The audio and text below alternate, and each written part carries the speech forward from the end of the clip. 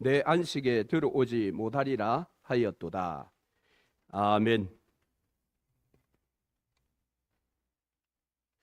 네, 오늘부터 한 5주 정도 시편의 말씀을 가지고 함께 은혜를 나누고자 합니다.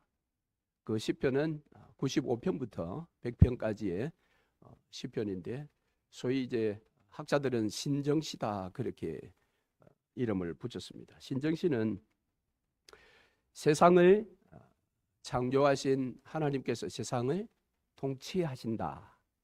그러므로 그 하나님을 찬양하자라는 그런 내용이 신정시의 핵심 내용들입니다.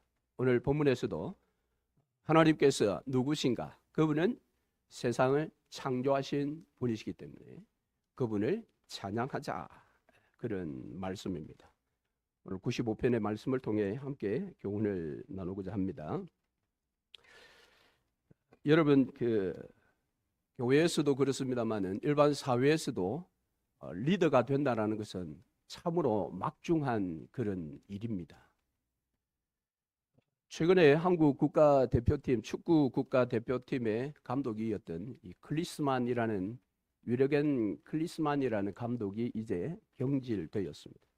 우리가 잘 아는 것처럼 아시안 게임에서의 성적도 성적이지만은 그 결과에 대한 감독으로서의 어떤 처신, 그의 태도가 국민의 분노를 일으켰고 결국은 그가 경질이 되었습니다.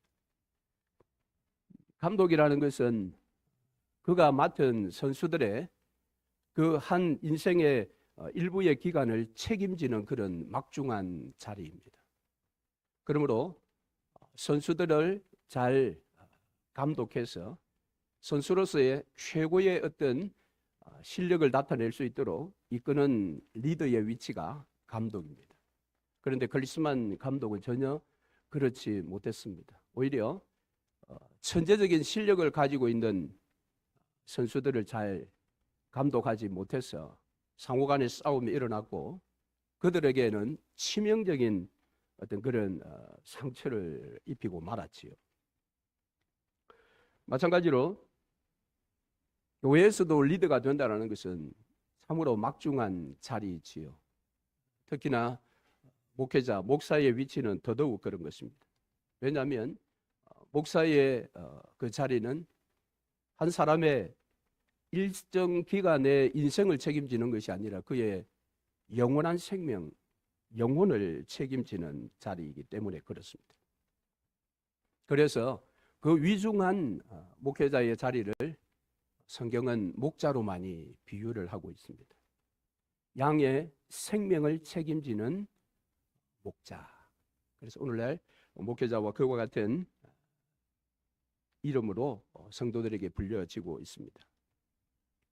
그러나 목회자가 목자라는 것은 사실은 일반적인 축구 아까 이야기를 드렸습니다만 그런 축구의 조직 속에 보면 코치에 불과하지요. 우리는 여러분을 도우는 코치에 불과합니다. 그러면 진정한 여러분의 목자는 누구냐? 그분이 바로 하나님이시다라는 것입니다. 그래서 오늘 우리가 읽은 본문의 말씀에서도 하나님은 세상을 창조하신 분이실 뿐만 아니라 그의 아들 예수 그리스도로 말미암아 십자가 위에서 우리를 새롭게 창조하신 분이신데 그분은 새로운 창조물이 된 저와 여러분을 영원토록 인도하시는 우리의 목자이시다라고 그렇게 시인이 노래하고 있습니다.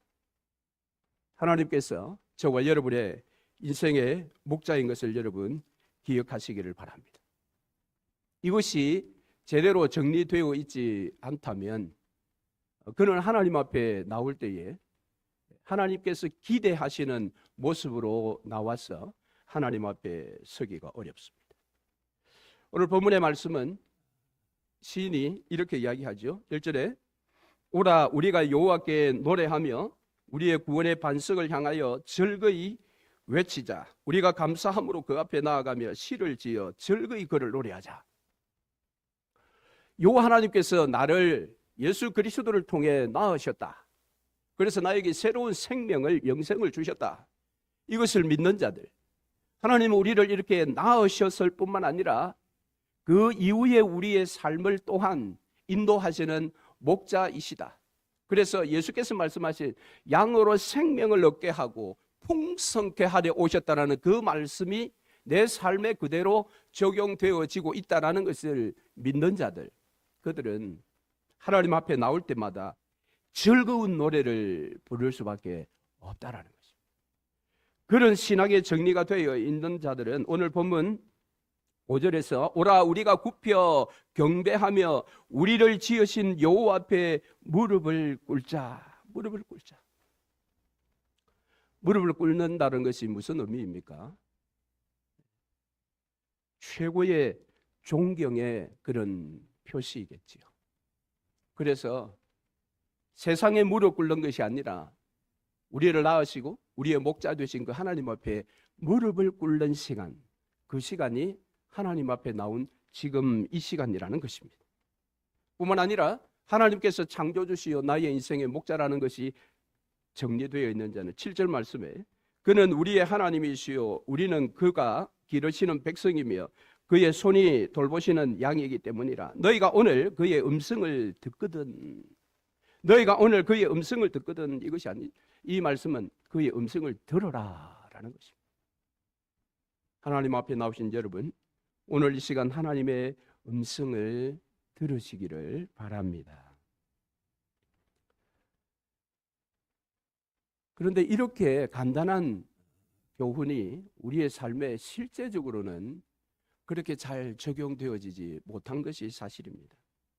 마치 이스라엘 백성들과 같이요. 오늘 본문 8절에서도 이스라엘 백성들의 그 광야 생활 가운데 머리바 사건과 마사의 사건을 이야기를 합니다. 이 사건은 우리가 잘 알지요. 갈증으로 인한 그들의 불평, 불만이었습니다. 그들은 출애굽 시작부터 지금 광야 생활을 하는 지금까지 그들은 하나님의 인도함을 받고 지금 광야를 지나고 있습니다. 그것은 너무도 분명했습니다. 누구도 부인할 수 없는 불기둥과 구름 기둥을 통해서 하나님은 그들을 진정으로 인도하셨습니다. 그런데 이 하나님의 인도하심을 그들이 보면서도 그들은 하나님 앞에 불평했습니다. 불만했다라는 것입니다. 그런데 거기에 이제 그것을 9절 말씀은 조금 재미있는 말로 표현해 놓고 있습니다. 9절 말씀 보시면 그때에 너희 조상들이 내가 행한 일을 보고서도 나를 시험하고 조사하였다. 어떤 면에서 보면 이 이스라엘 백성들이 광야 생활 가운데에서 물을 마시지 못한 이것은 하나님의 시험이었습니다. 즉 하나님께서 진정한 하나님이시다라는 그 훈련을 이제 광야 생활 중에 훈련받고 있지 않습니까? 그 훈련 가운데 이 물을 가지고 하나님께서 그들을 테스트를 했는데 그들이 오히려 이 사건을 통해 하나님을 시험하고 있다라는 거예요. 시험을 받은 자들이 자기 자신을 돌아보고 자기를 잘 점검해서 이 시험의 패스함으로 말미암아 하나님께서 베푸시는 그 은혜 가운데 나갈 생각을 하지 않고 시험을 내어주신 하나님을 도리어 시험했다라는 겁니다. 그 하나님을 시험한 모습이 바로 불평, 불만이었습니다. 모세에게 항거하는 것이었습니다.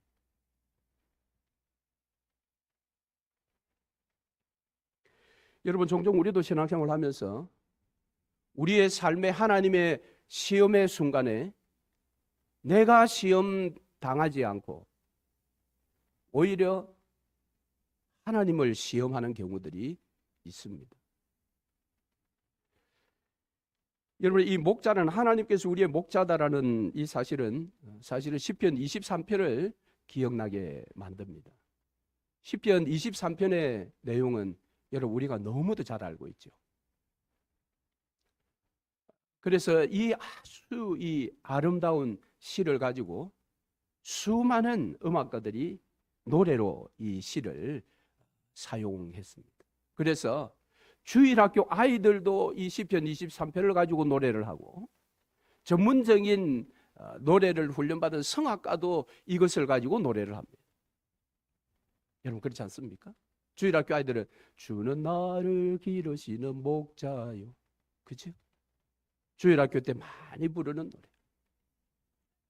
성악가들 여호와는 나의 목자시니, 이런 엄청나게 많은 장르의 노래로 만들어질 만큼 이 시편 23편의 그 내용은 너무도 감미롭습니다. 그러나 주경학자들이 밝혀낸 것은 이 시편 23편 작사할 때 다윗이 그 인생의 최고의 영광을 누릴 때 부른 노래가 아니라는 것입니다. 이 시편 23편의 배경은 사무엘하 15장 16장에 등장하는 아들 압살롬의 반역으로 왕국에서 피신하여 도망가고 있는 중에 그가 불렀던 노래라고 합니다. 그의 지금 삶은 완전히 무너졌습니다.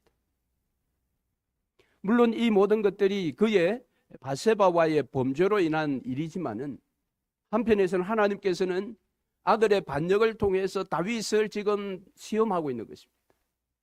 그런데 그때 다윗은 그 시험 가운데 있어서 제대로 자신을 돌아보며 그 시험을 내어주신 하나님이 자기 인생의 어떤 분이신지를 그는 정확하게 알고 있었다라는 것을 거기에서 노래하고 있습니다. 자신의 삶이 무너져 있는 지금, 세상 사람들이 손가락질 만한 아들이 반역하여 도망 다니고 있는, 내일이 어떻게 될지 모르는 그런 상황 속에 떨어져 있었지만, 그는 여전히 여호와가 나의 목자이시다. 여호와가 나의 목자이시다. 그리고 그 시편 23편에 보면 그는 지금 아들 압살롬에 쫓겨다니지만은, 그는 내가 쫓겨가는 것이 아니라 하나님께서 나를 인도하고 계시다라고 그렇게 노래합니다. 시편 23편 한번 보실래요? 시편 23편 2절, 그가 나를 푸른 풀밭에 누우시며 쉴 만한 물가로 인도하시는도다. 3절에 내 영혼을 소생시키시고 자기 이름을 위하여 의의 길로 인도하시는도다. 그는 지금 쫓겨가고 있는 상황인데, 그는 하나님께서 지금 나를 인도하신다. 왜? 그분이 나의 목자이시기 때문에. 뿐만 아니라 그는 삶이 무너져 있는 그 상황 속에서 아들 압살롬의 이름을 한 번도 언급하고 있지 않습니다.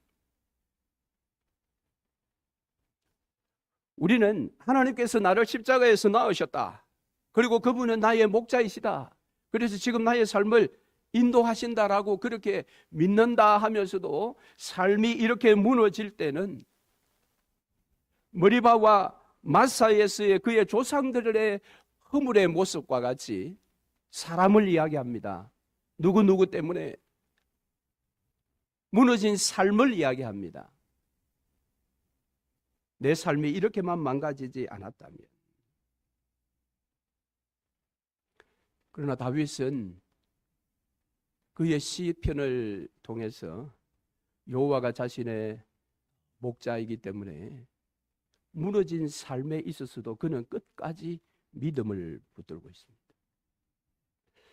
믿음을 붙드는 모습은 오늘을 믿음으로 견디는 것입니다. 내일 지금 다윗은 죽을지 몰라요.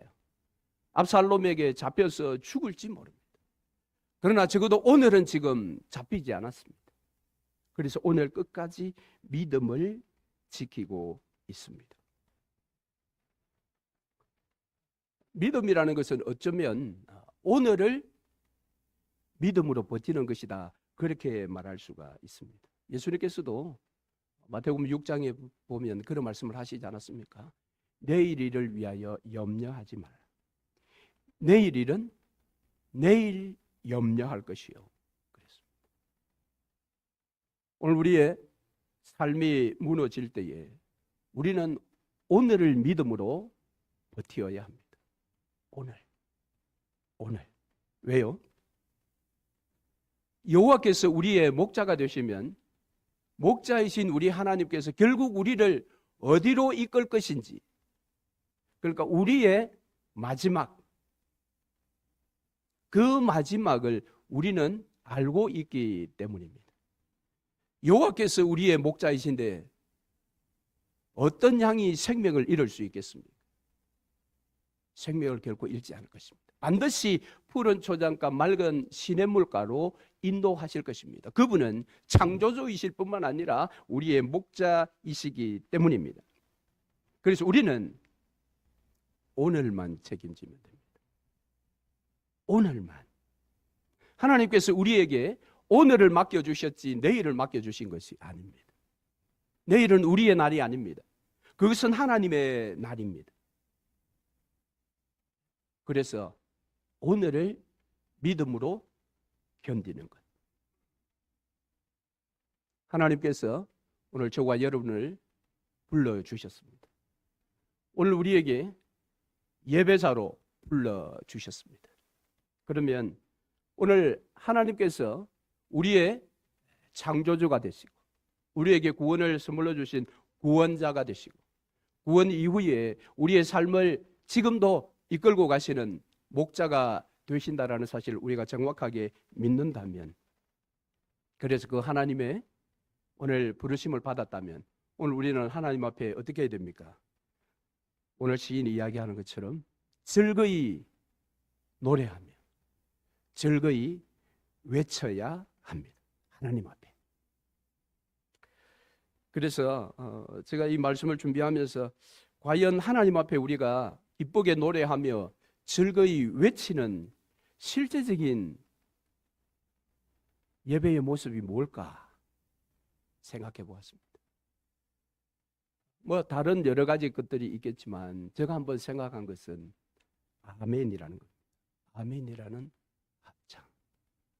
즐거이 외치자. 즐거이 외치자. 왜 이것을 생각했는가 하면 여러분, 믿음으로 산다라는 것은 오늘을 사는 것입니다. 그러니까 오늘 우리가 예배하는 것도 이 예배가 오늘 마지막이라는 예배다라는 그런 생각을 가지고 예배에 임해야 하는 것입니다. 오늘이 나에게 있어서 마지막 예배다. 그런 마음을 가지고 우리가 예배한다면 어찌 즐거이 노래하지 않을 수 있으며 즐거이 외치지 않을 수 있겠습니까? 그래서 여러분, 모든 예배는 이 예배가 내 인생의 마지막 예배다라고 생각을 하고 하나님 앞에 예배하면 좋겠습니다. 정말 그렇게 되어야 합니다. 그렇게 될 때에 여러분은 예배의 그런 관람자가 되지 않을 수 있습니다. 베드로가 이야기한 만인 제사장을 아무리 가르쳐도 성도들은 만인 제사장이라는 그 놀라운 은혜를 필요할 때만 사용하지 필요하지 않을 때는 전혀 사용치 않습니다. 모든 예배에서는 여러분이 만인 제사장으로 여러분이 하나님 앞에 제사하는 것이고 여러분이 하나님 앞에 예배하는 것입니다. 그렇다면 여러분, 이 예배가 오늘 내 인생에 있어서 마지막 예배라고 생각할 수밖에 없겠지요. 그러면 우리의 예배의 모습이 달라지지 않겠습니까? 성경에는 좋은 단어들이 많은데요. 그 좋은 단어들은 전부 이단들이 다 가져갔어요. 베레아라는 단어도 얼마나 좋습니까? 그 베레아 사람들의 신앙의 모습, 늘 말씀을 상고하고 그 말씀이 정말 그러한가 하여 말씀을 연구하고 그런 좋은 신앙의 모범을 보인 사람들 앞에 붙었던 단어가 베레아인데 이 이단이 가져가 놓으니까 막 베레아라는 말을 기존 기성교단에서는 거의 사용하지가 않죠. 세상에서도 마찬가지입니다. 좋은 단어들은 다 나쁜 사람들이 다 가져갔지. 동무라는 말도 얼마나 좋습니까? 근데 북한이 동무 이러니까 남한에서는 거의 동무라는 말을 사용하지 않습니다. 저는 아멘도 마찬가지라고 생각합니다. 아멘이 몇몇 교단에서 예배 드릴 때 지나치게 아멘 아멘 아멘 하다 보니까 심지어 아멘하지 말아야 할 그런 말에도 습관적으로 아멘을 하다 보니까 기성교단들은 아멘을 많이 하면 꼭 이상한 신앙을 가진 사람들처럼 취급을 합니다. 그렇지 않습니다, 여러분. 하나님 앞에 우리가 예배할 때, 하나님의 진리가 선포될 때 우리가 가만히 앉아 있을 수 있습니까? 우리는 아멘을 외치지 않을 수가 없는 것입니다. 오늘 보십시오. 3절 말씀에 여호와는 크신 하나님이시요 모든 신들보다 크신 왕이시기 때문이다. 이 말을 들으면 가슴 벅찬 아멘이 터져 나올 수밖에 없지요. 즐거이 외치자. 즐거이 외치자. 물론 지나친 것은 모자람보다 못하다 그런 말은 있지요. 저도 그런 것을 원치를 않습니다. 지나치게 예배 시간에 춤을 추면서 아이들의 눈높이를 맞추기 위한 그런 예배입니다만은 청소년들 요즘 집회 같은 것들 보면 앞에 찬양을 리더하는 그 팀들 이렇게 보면 난리도 아닌 거예요. 내가 볼 때는 즐거이 외치며 하나님 앞에 기쁨으로 찬양하는 것은 옳습니다만은 저렇게까지 해야 될까? 그러니까 이제 아이들도 회중들도 가만히 앉아 있을 수 없으니까 다 함께 일어나서 그야말로 물론 그것을 하나님의 법궤가 왕궁에 들어올 때 다윗이 추었던 춤이다라고 그렇게 말해버리면 할 말이 없습니다만은 자칫 잘못하면 그런 예배가 온전한 예배가 아니라 소동이 일어나는 그런 공연과 같이 될 수는 있지요. 그것을 모르는 바는 아닙니다만은 지나치게 예배 자체가 이 경직되어 있는, 그래서 오히려 우리 보수 교단은 좀 즐거이 외쳐도 됩니다, 여러분. 우리가 고신 교단 아닙니까? 여러분이 좀 많이 외쳐도 돼요. 목사인 제가 고신 목사이기 때문에 얼마든지 그건 제가 감당할 수가 있습니다. 그런데 너무 전통적이라는 겁니다. 문제는 대표 기도자가 기도할 때에 여러분 마음이 감동되지 않습니까? 감동되면 그 기도에 여러분 소리로 아멘 합창을 해야 되는 거예요. 그렇지 않습니까? 기쁜 노래로 즐거운 찬양.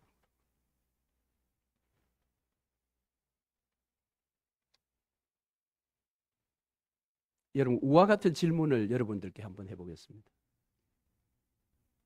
하나님께서 여러분을 꽃으로 이 땅에 심으려고 합니다. 하나님께서 여러분에게 묻습니다. 너는 아름답지만 향기가 없는 꽃이 되고 싶으냐? 아니면은 못났지만 향기 있는 꽃이 되고 싶으냐? 이렇게 물으면 여러분 어떤 대답을 하시겠어요?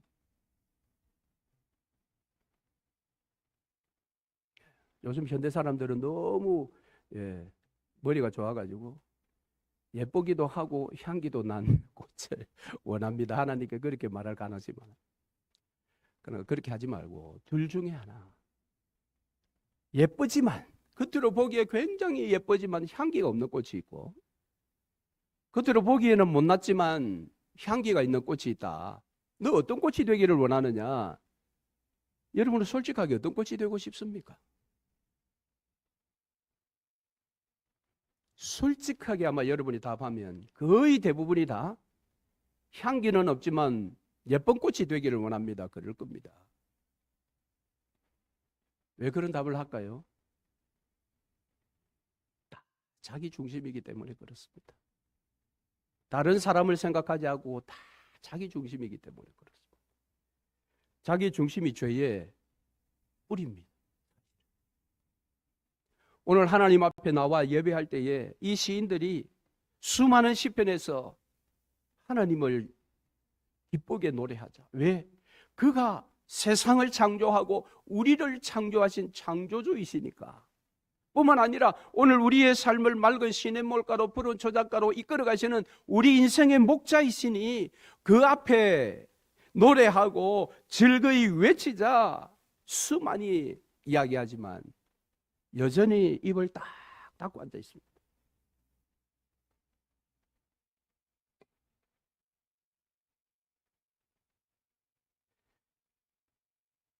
여러분, 오늘 우리의 예배가 내가 드릴 수 있는 마지막 예배라고 생각하면 우리의 예배가 하나님께 향기가 있는 예배가 되어야 되지 않겠습니까?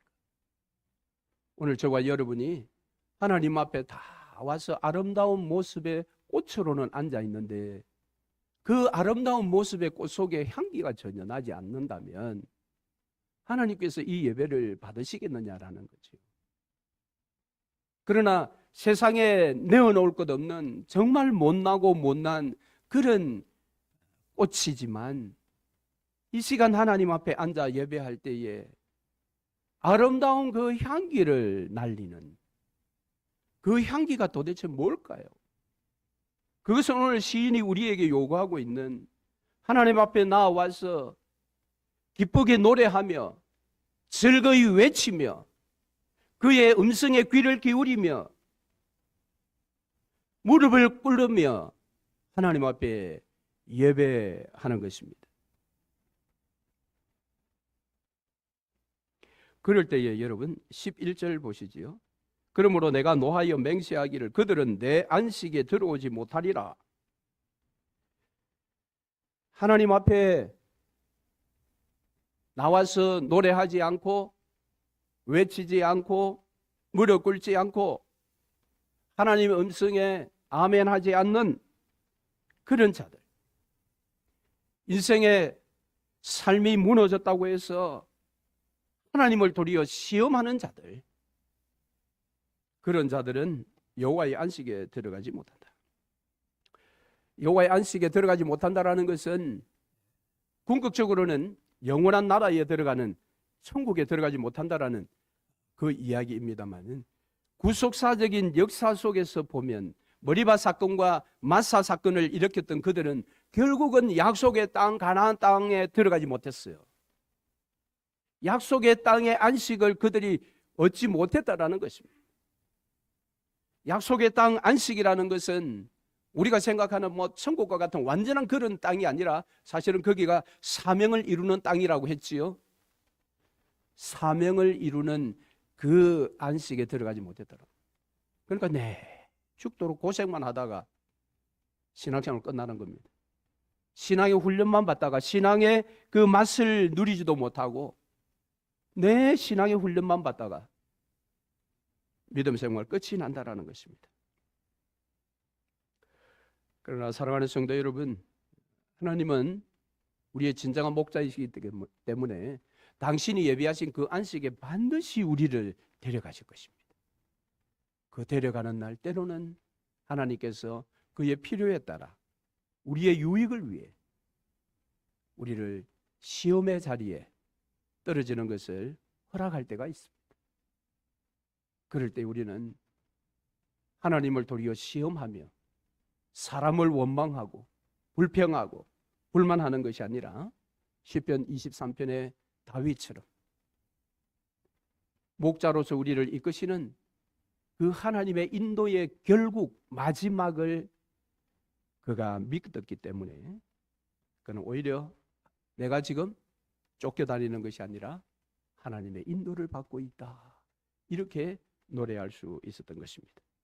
비록 삶은 쫓겨가는 어려운 삶이지만 그의 노래는 하나님의 마음을 기쁘게 하며 모든 믿음의 후배들에게 귀한 시를 남긴 것처럼 저와 여러분의 삶 가운데 이와 같은 삶이 일어나기를 바랍니다.